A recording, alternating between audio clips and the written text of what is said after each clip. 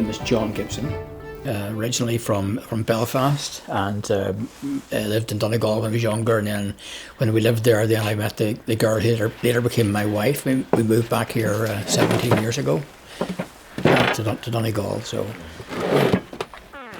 yeah, this is a piece of silver birch. Came from Strabane, County Tyrone, Northern Ireland, and it's been drying for maybe a year and a half.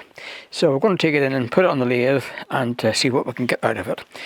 Some natural edge on it still yet, so you never know at this stage exactly what it's going to turn out like, but let's go. I've been wood turning for just over 20 years, because we're living here 17 years, and I started before that when we lived in Donegal. So I've been wood turning for 20 years.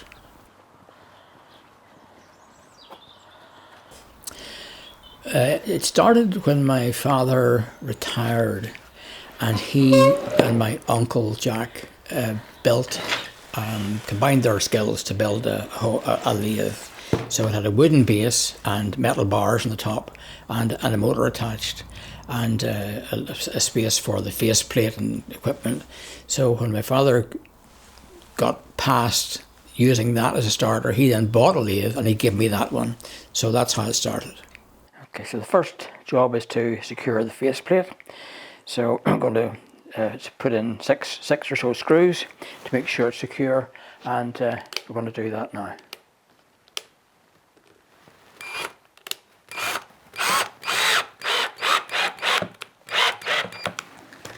Wood turning runs in the family, and in fact, my grandfather was a carpenter, cabinet maker, and he turned wood.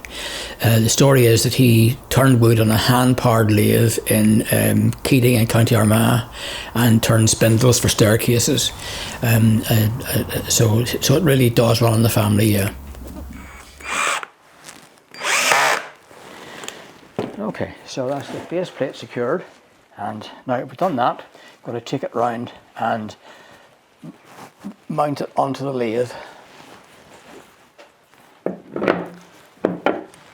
And it's a very out of shape piece, and not very well balanced, so we're going to bring up the tailstock just as an added safety feature.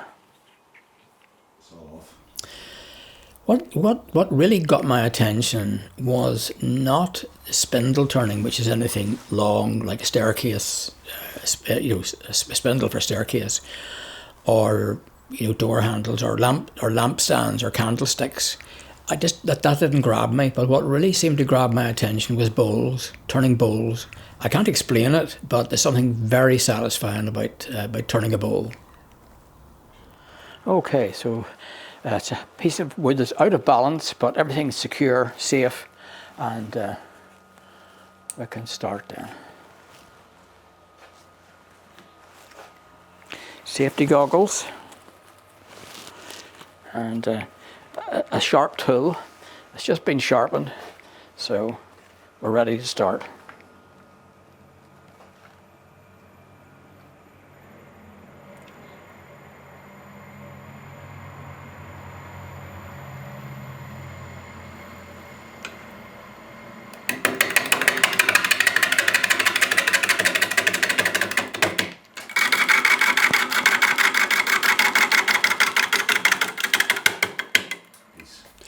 Well, the process really is a creative process, and you start with a piece of wood, and as we've demonstrated today, I like to start with a piece of wood that's not uniform. It's nearly in its natural state, and you look at it and you think, what can I possibly get out of that?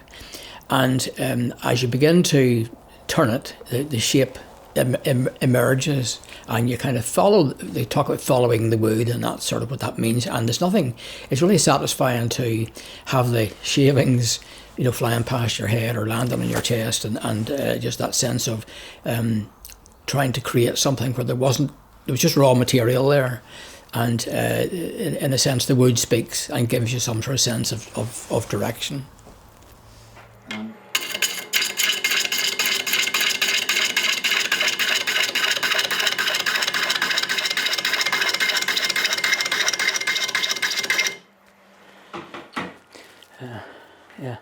So it's still very uneven, obviously, and but it's beginning to get into the round, so we can increase the speed a little bit and just checking for safety, everything's still tight and we're okay.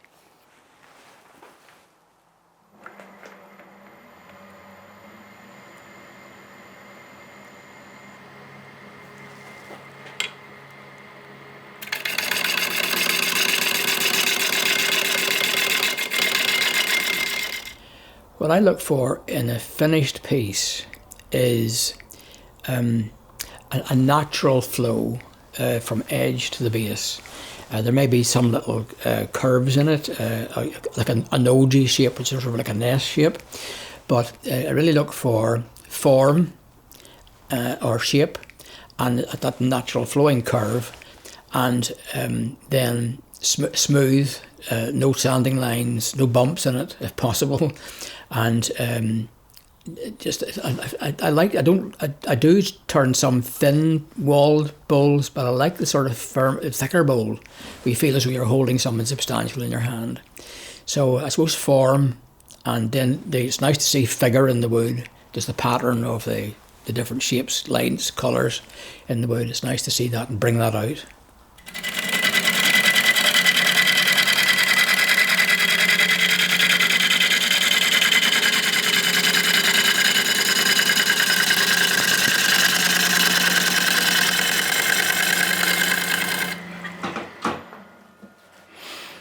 Yeah, so it's always nice to see a bit of wood coming into shape.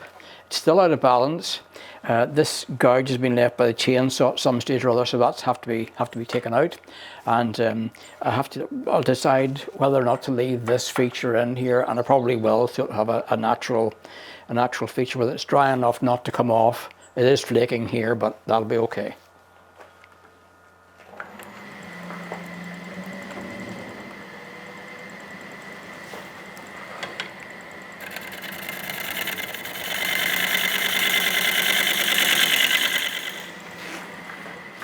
So when you find yourself thinking, does that tool need resharpened? The answer is always yes.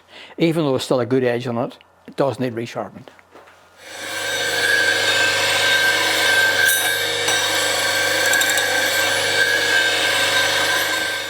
I think my work appeals to people who, well, it kind of depends. Some people are out to look for a gift, okay, something unique.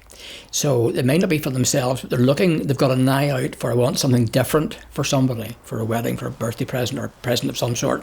So there's that kind of category of person. The other kind of category that I've noticed is people who themselves are artistic or creative, and they do something with, well, it doesn't matter what the medium is, but they have an interest in the kind of creative sphere, and then when they spot the wooden bowl, and especially pieces that are unique, it seems to light up something in their eyes that they appreciate it. Okay, so I'm just going to change the tool rest from a square edge to a round edge. It helps to keep the curve flowing.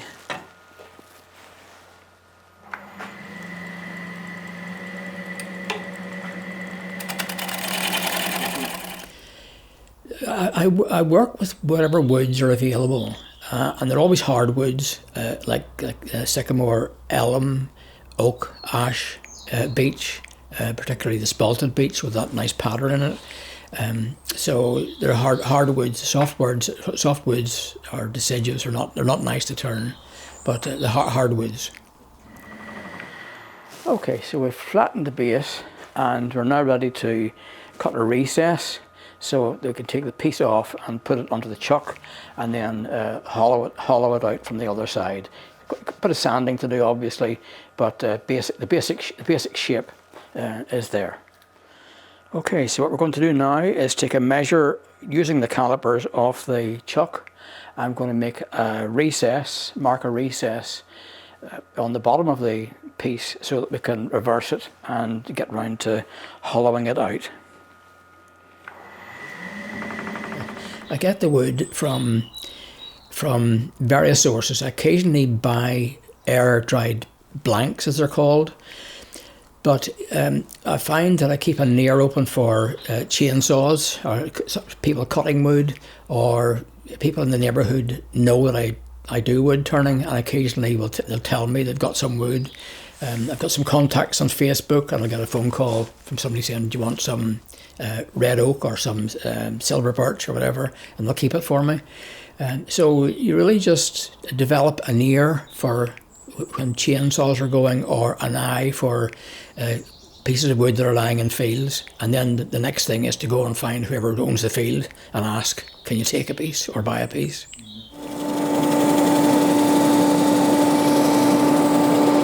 Okay, so we'll do more sanding later, but what we're going to do now is take this off, take the faceplate off, and then we're going to secure the chuck onto the base of the bowl and reverse the whole thing so we can hollow it.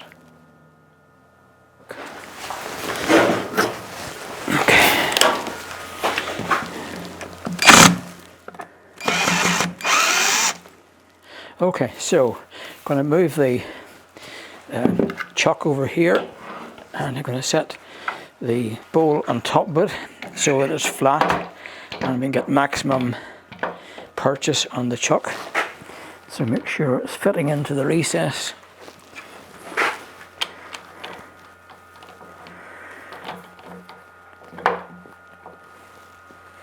Yeah.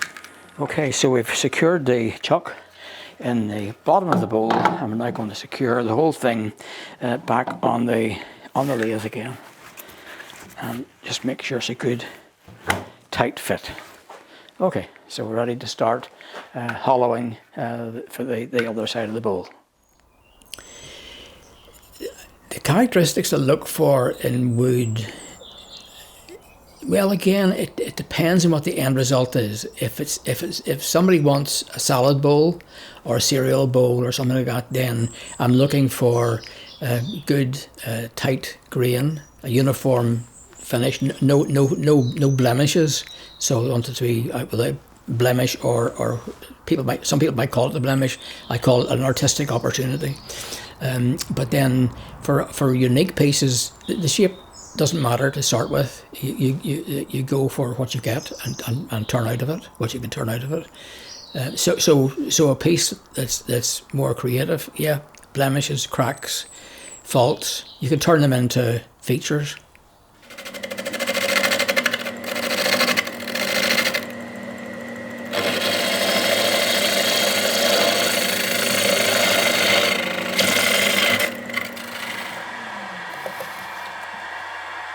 Okay, so we've got a good basic shape, still a bit of work to do on it, but hollowed to some degree, a bit more hollowing to do, and I've changed tools to do that.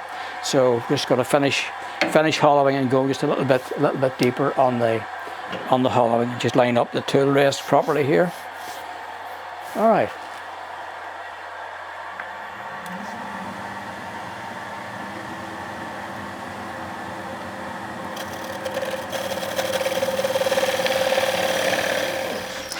I sell my products at the Ramelton Country Market, and I put pictures of what I do on Facebook, and sometimes people will contact me and ask me for a particular piece if it's still available.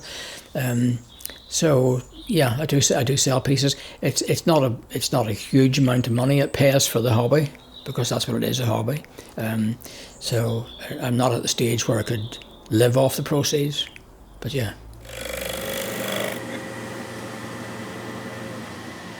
Okay, so I think we've got the shape we want, and hollowed and ready for sanding.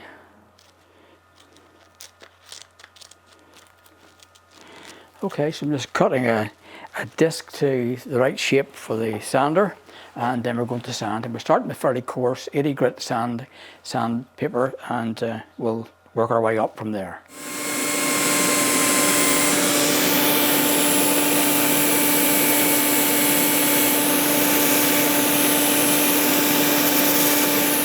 I try to keep a stock of finished pieces so that when I go to the market, that I've got enough to fill at least a small table. But that's hard. With selling a few pieces and still working, then you've got to get time to replenish the stock. So it's hard to keep a big stock at the minute. Okay, so no obvious sanding marks there, but I've got a little bit of rough spot here with the end grain, with the trees growing up. So a little bit of roughness on both sides there. Well, maybe more on that side there, so we can get that out okay. Just that end grain, always a bit of a problem.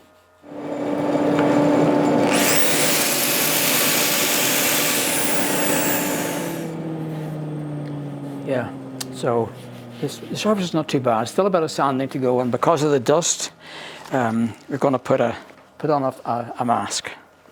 So, mask on.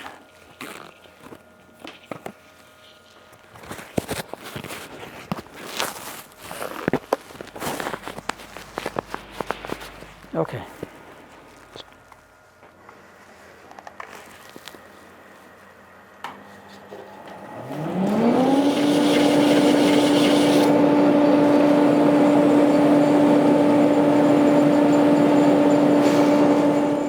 The question about how long does it take to complete a bowl is a favourite topic of discussion among wood turners, because there's no easy answer to it. If you start with an air dried blank or a kiln dried blank, then you could do it in an hour, maybe an hour and a half, something like that. If you're starting with a piece that's irregular and out of shape, then it takes longer than that, maybe a couple of hours. I've worked on and off maybe 3 or 4 hours of pieces at times, maybe longer, depending on the size of them and available time.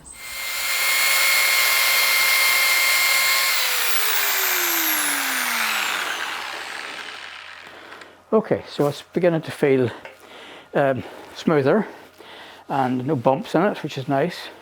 And we've moved to a higher grade of sandpaper, and we'll keep doing that, just increase the grade for another few rotations.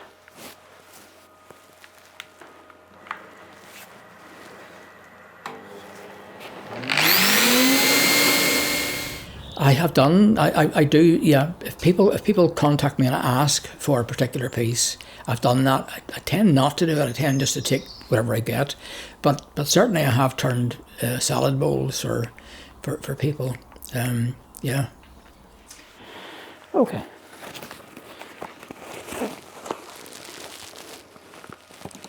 So now going to. I'm happy with where we're getting to, and we're now going to apply some oil to the sanding process, which lubricates the wood and also helps to keep the dust down so we can take the mask off.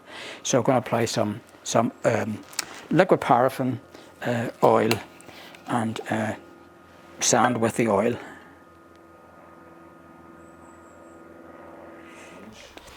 I like to finish it with one of the oils, or more recently I've come around to hard wax finish, which gives us a nice satin-like and a bit of a sheen, not too much of a sheen. But some of the Danish oil or tongue oil, or from you turning a piece for eating from, then it'd be food safe oil. But some of the oils, as opposed to definitely not varnish. So I'm going to apply some oil first of all with just a piece of kitchen paper, and begin to see the colours coming out now when the oil is applied. This will not be the finishing oil. We finish it with Danish oil, but this is just to do the sanding part.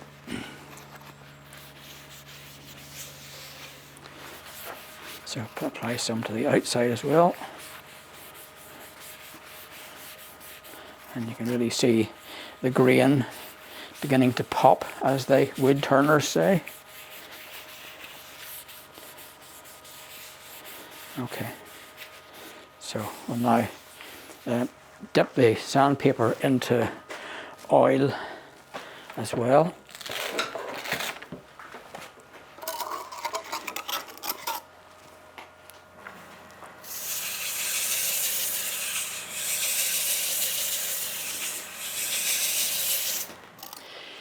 Yeah, I'm happy enough with what we finished up with, given what we started with, a rough, natural edge piece of wood. some people look at this here and understandably call it grain. I prefer the term figure, because it's figure is about the kind of shape and the patterns in the wood, and it also shows up the contrast between light and dark patches. So we've ended up with a fairly decent kind of form, and we've left it fairly thick so it didn't come through here, so that's still solid on the inside. Could have taken that, could have gone thinner to leave that as an exposed hole there, but decided not to do that. So the piece is not completely dry, so it may change shape a little bit, it may warp, twist, but there's lots of people actually like that and are happy with that. These little splits may open a little bit more, but again, given the piece of wood we started with, I'm not unhappy with it. I plan, all being well, to be able to develop wood turning into a bit more production going forward. So to have a bigger stock, to have more stock, more variety, more availability of different types of bowls. And as I ease off other work, then I hope to have more time to devote to developing a wider range of bowls.